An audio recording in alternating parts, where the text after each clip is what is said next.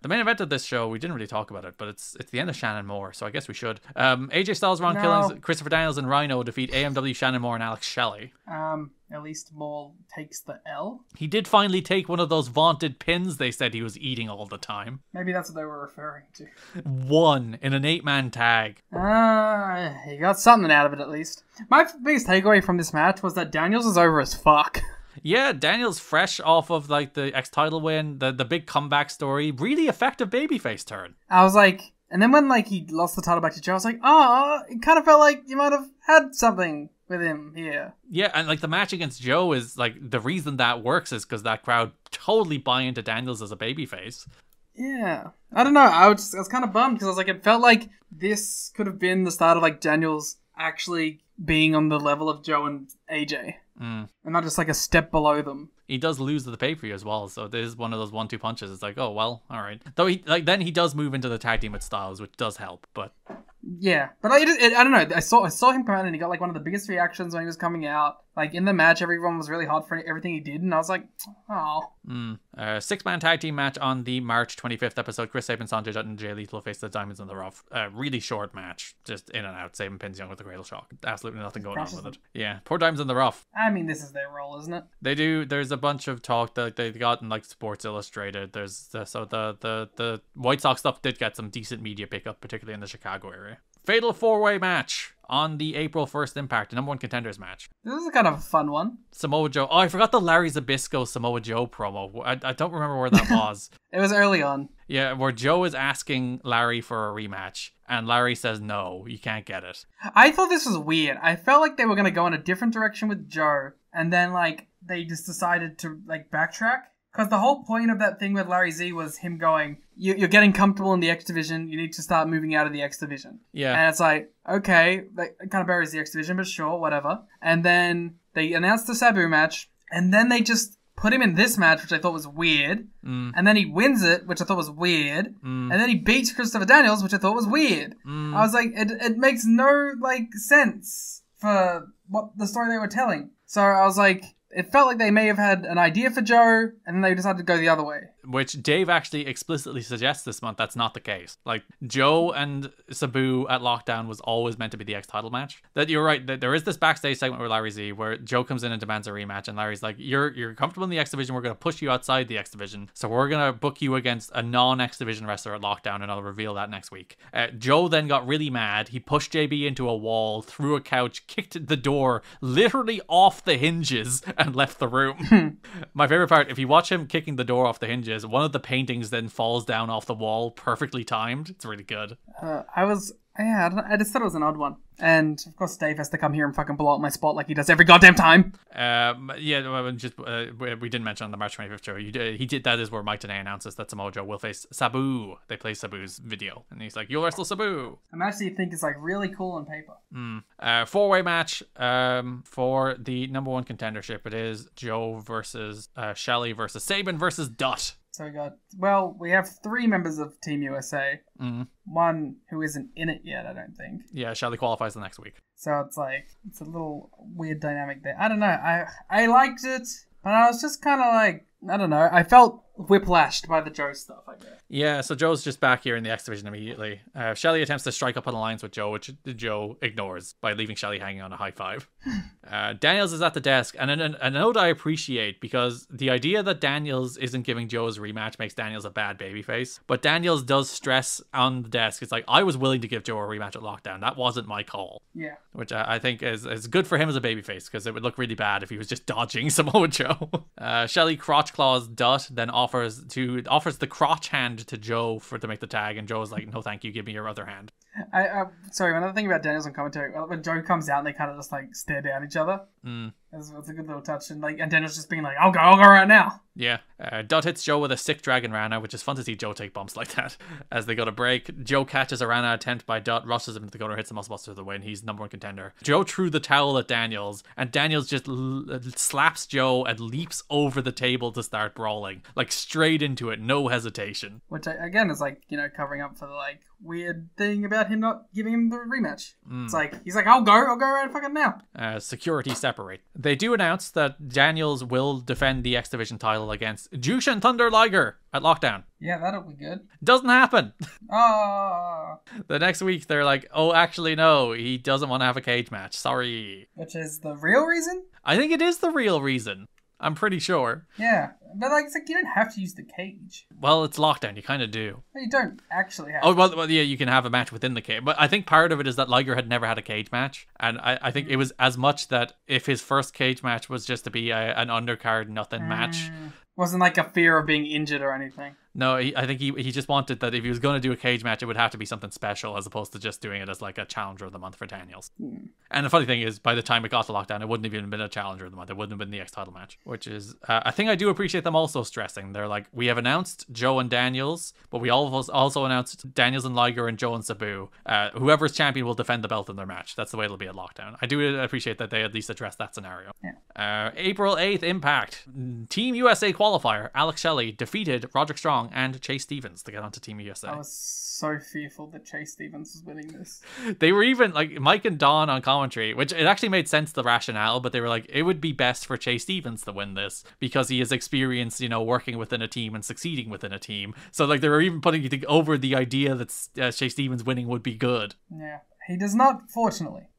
This is Roderick Strong's final televised TNA match. You go, remember when Roderick Strong just had a bunch of beast-ass TV matches? He did have a series of killer and fun 4-minute television matches. Unfortunately, that's all I got for that.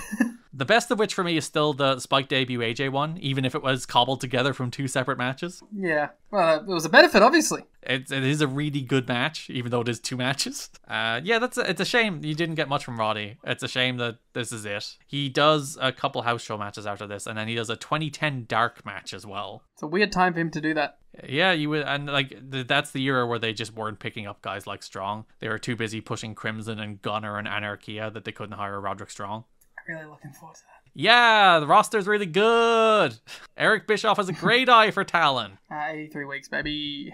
Don't get depressed yet. We're not covering it. That's true. We're 4 or 5 years away from it. We also missed the segment where Scott Steiner killed Norman Smiley. I forgot about that. Yeah, that happened. He killed him. He murdered him. Simon Diamond talked about iPod editing again. It's good fun. Actually, he said that the Sports Illustrated had the same iPod editing skills that TNA management had. That's the reason it's like that. Something so fun about like bad technology, like aging, like stuff where you're like, oh, the iPod Nanos and such. Yeah, because the iPod is really new here. It is a current reference. But yeah, looking back on it, the good old days of iPods. I stuck with an iPod longer than most because I liked to have 2 separate devices for like phone and podcast / music. So I wouldn't run down the battery on my phone while I was listening to podcasts. So for a while, I would have had an iPod longer than most. I think that just confused me too much.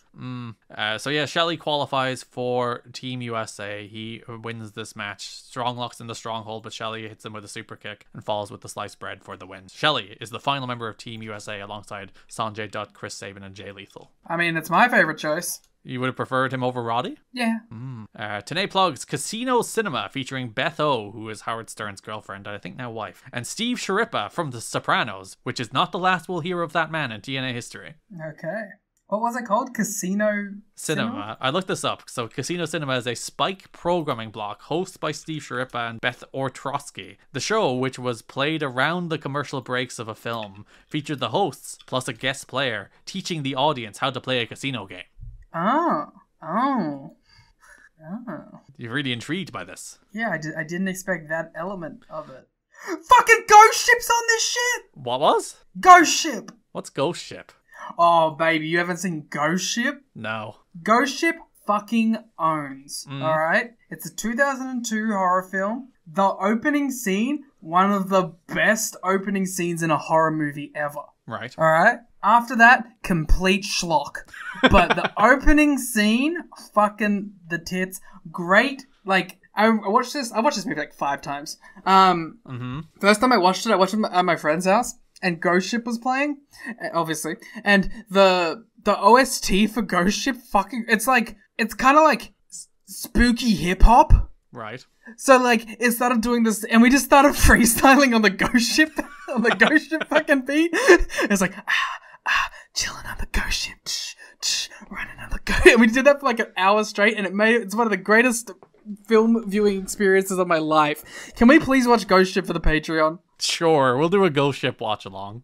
Fuck yeah. Starring Australia's greatest export, Carl Urban. A very young Carl Urban doing this C-tier horror movie. Good lord. God. Ghost Ship rules, and it made money, so I'm just learning that now. Did not expect that. But just, it is an absolute dream of a film. We need to watch it. Yeah, because Ghost Ship had, like, Mudvayne on it. What's Mudvayne? Mudvayne is a American heavy metal band. It's weird, and they're crazy, and oh man, what a fucking film. I'm excited to watch it then. Let's watch the fucking Ghost Ship. Ghost Ship watch along, coming to a Patreon near you. God, what a terrific mess. Shelley's in Team USA. Yeah, cool. But then, let me tell you, the Casino Cinema, like, run here of films, pretty fucking good. Yeah, what else they got? Bloodsport. Pretty good. So, this is basically, like, what you would imagine someone in the early 2000s to, like, in a dorm room. This is what you would imagine their collection to be. Bloodsport, Fight Club, For Your Eyes Only, Hot Shot Part 2, Kickboxer, Lethal Weapon 1 and 2, Point Break, Red Dawn, Rocky 4, Sin City, Sniper, Super Troopers, The Texas Chainsaw Massacre 2003 version, and Top Gun. Certainly not films for babes. No, the babes are not allowed at the Casino Cinema. No. Chris Angel appeared on this show. Christian Cage appeared on this show. Yeah, because there will be TNA people on it. That's the reason. Did he do the Ghost Ship episode?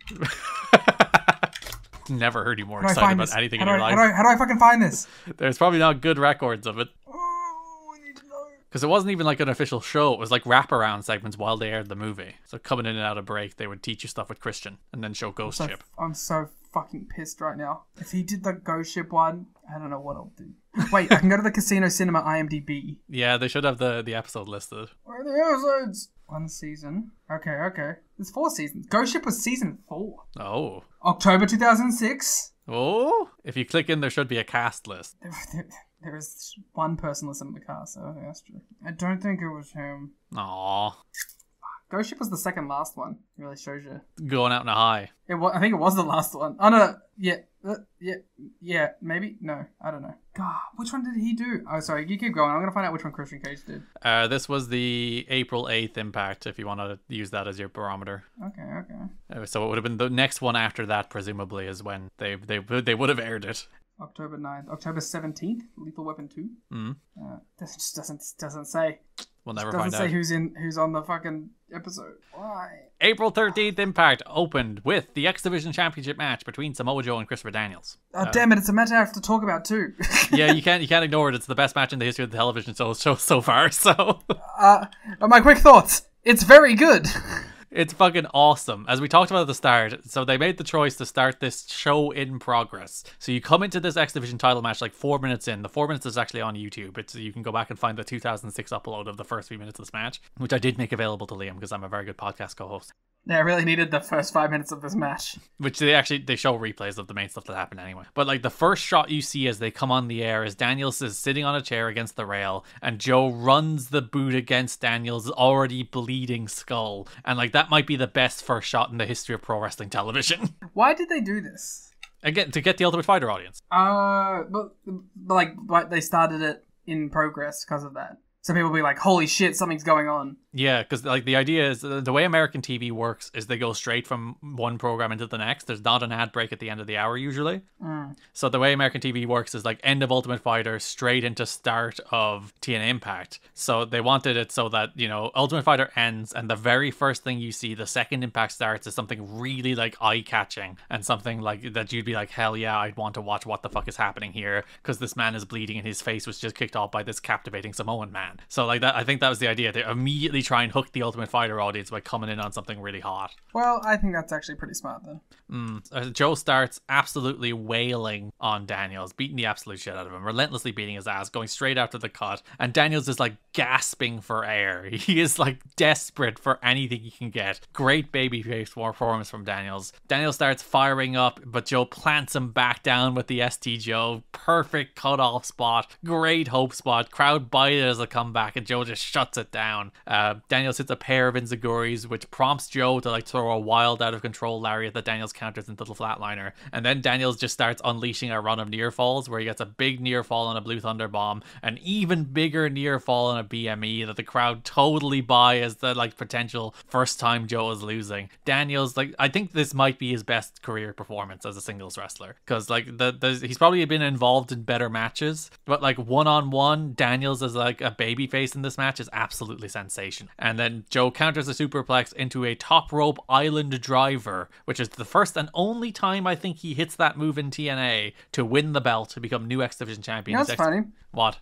Before I ended up going and doing my like ROH watch, I had no idea about the island driver. Yeah, it was never a TNA move. This is the only time he really did it. He occasionally did like, I think once or twice he did a standing one, like in the ring, a normal island driver, not off the middle rope.